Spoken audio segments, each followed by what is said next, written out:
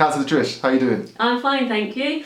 A lot of people find it difficult to contribute to or commit to therapy because of the cost element. What do you say to how to make therapy more accessible and more affordable?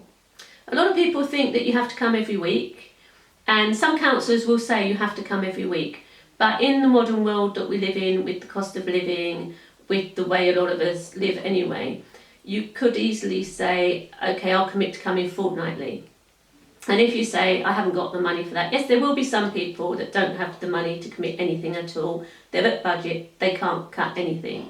So this is more a conversation for the people that do have a little bit of income, but they're spending it in a different way. So it might be, if you've had a bad day and you think, I've had a really, really bad day, I'm going to get myself a takeaway when I go home. I've had a really bad day, I'm going to buy a bottle of wine or some beers when I go home. Or I've had a bad day, on the way home I'm going to get my nails done. Or I've had a bad day, I'm going to go and do some retail therapy. It's for those people.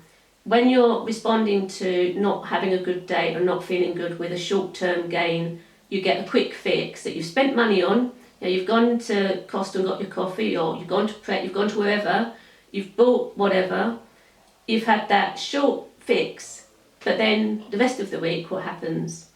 You have another bad day and another bad day, another. So all the money that you're spending on all of these other things, when you're saying, I haven't got money for therapy, sit down and go, what am I spending my money on that I'm getting a quick fix for?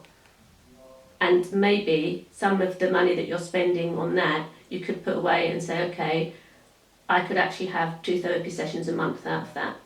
Because I think one misconception that a lot of people have as well is that therapy is just putting a plaster over it or just expressing how you feel, and then your feelings will go back to how they were before. But it's much more of a long-term, you get much more long-term management from therapy, right? Yeah.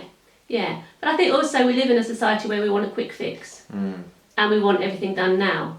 And therapy, you can change your life forever. You can actually change your mindset and change your thought processes to a point where you never go down to as low as you may walk in the door as. But because people want to feel good now, they will take the feel good now. Like, I want to walk in a therapy room and walk out an hour later and my world will be totally different. And that's not feasible, because usually by the time someone's walked into the therapy room, they haven't been right for months, maybe years. And you can't change how you felt for years in one session. But you can walk out after one session with hope, and you can walk out after one session thinking, do you know what, my feelings are validated, I've been heard, I can see that I can move forward. And you don't get that using your quick fixes, your takeaways, your alcohol, all of those things. So when you're weighing up, can I afford it? Just ask yourself, what quick fixes do I have that actually don't make me feel better? Some things, they do help, like exercise, spending money on exercise, that kind of thing, that's really good, great for mental health. But spending money on a bottle of wine at the end of the day, that's not doing you any favours.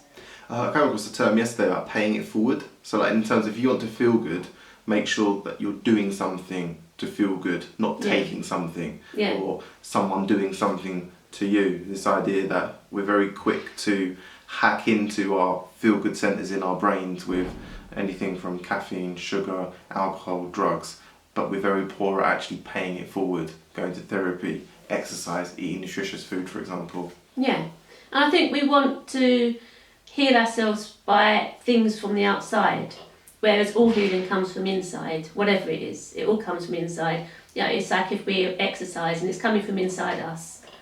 Someone's not doing something to us, whereas a lot of the quick fixes, it's outside, isn't it? It's, I want to take something to make me feel better. But it makes you feel better for how long? For an hour, an evening, a day, and then where do you feel after that? Back to where you were before. Whereas therapy, it may be a slower build, but once you start going up, you know that you can never go low again. And if you do start to dip, you've got the tools in which to use. We're giving you tools that you can use for the rest of your life. They're not tools that it's just like if you do physical training, once you've learned how to use weights, once you've learned form, you've got those tools forever. And we're doing the same, but in a mental way. Once you've got them for life. And if someone wanted to work with you to start to build those life tools, how can they get in contact with you? Just contact the Vitalise Clinic and ask for a free half-hour phone call and we can have a chat. Thanks, Trish. That's okay.